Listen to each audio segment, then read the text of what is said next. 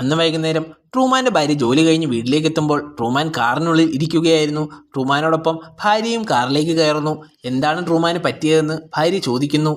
ഇപ്പോൾ മുതൽ നമുക്ക് ചുറ്റും നടക്കാൻ പോകുന്ന കാര്യങ്ങൾ താൻ കറക്റ്റായി പ്രെഡിക്റ്റ് ചെയ്യാമെന്ന് ട്രൂമാൻ ഭാര്യയോട് പറയുന്നു. ഒരു സ്ത്രീ ഇപ്പോൾ കാറിന് പുറകിലൂടെ ഒരു റെഡ് ബൈക്കിൽ വലതുവശത്തേക്ക് പോകുമെന്നും അതിനു പുറകെ കയ്യിൽ ഒരു ബൊക്കെ ഫ്ലവേഴ്സുമായി ഒരാൾ ഇടതുവശത്തേക്ക് പോകുമെന്നും ഇവരെല്ലാം പോയി കഴിഞ്ഞതിന് ശേഷം അധികം വൈകാതെ ഒരു മഞ്ഞ കാർ വലതുവശത്തേക്ക് പോകുമെന്നും ട്രൂമാൻ പറയുന്നു. അങ്ങനെ പല കാര്യങ്ങളും ട്രൂമാൻ പ്രെഡിക്റ്റ് ചെയ്യുന്നു. ട്രൂമാൻ പറഞ്ഞ പോലെ തന്നെ എല്ലാ കാര്യങ്ങളും നടക്കുന്നു.